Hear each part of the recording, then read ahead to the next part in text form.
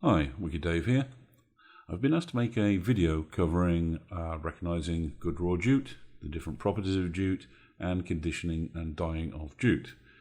I'm going to address all of these except for the dyeing of jute because I don't really know anything about it. First, a little disclaimer that I personally exclusively use rope from WykD, who sponsor me for all of my rope.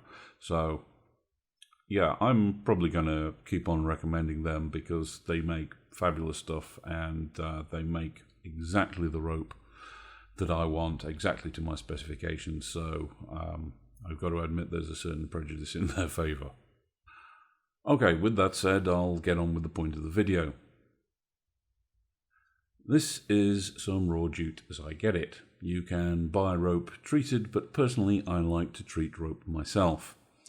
I think that if you treat your own rope, you get a better feel for the rope. You get to push it into a condition that's preferable to you. For instance, some rope will need a little bit more work than others, and you can detect that for yourself, and you can push it a little bit more until you get the rope that you want. Also, it's an excellent opportunity to identify any problems that might exist with the rope. This can be things like joins, breaks, mislays, pulled strands. You don't get those with good quality handmade rope, but you can certainly get it, especially with machine-made rope, which has been made in very great lengths and has probably had the yarns joined. Also, treating the rope gives you a really good feel for the quality and evenness of the rope. So, how do you recognize good quality raw jute rope? You're looking for rope with an even thickness, lay, twist, and feel throughout its length. You're looking for rope that doesn't have inconsistencies, foreign matter in it, joins, or high stranding. As this rope is for bondage on human beings, you don't want rope that has heavy machine oil on it, not least because you don't want that nasty smell of oils used in mass-producing cheap rope. I don't think that you can get away from the fact that the best rope for bondage is the handmade variety that's been made especially for bondage from a yarn that's of the highest possible quality, and it's been made with the best materials. You can know that a good rope maker has produced the rope from continuous yarns with no joins, and it should be using the best materials with the lowest amount of chemical content. I can certainly say that the rope I use has no smell at all to it. Once you're past these points, the key factors affecting the feel and performance of your rope are the thickness and number of yarns and how tightly it's twisted.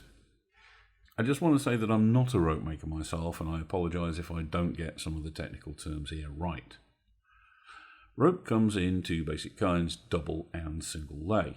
Double lay is made from doubled yarns and is typically what you get in machine-made rope. You also get it in handmade rope, but I think I'm right in saying that machine-made rope is typically double lay. Personally, I very much prefer the single lay rope. I feel that it's a better flow, feel, and look to double lay. So, with the exception of single lay rope, where it's just single strands, individual fibers are twisted into yarns. Those yarns are twisted into strands, and then those strands, usually there's 3 of them, are twisted into rope.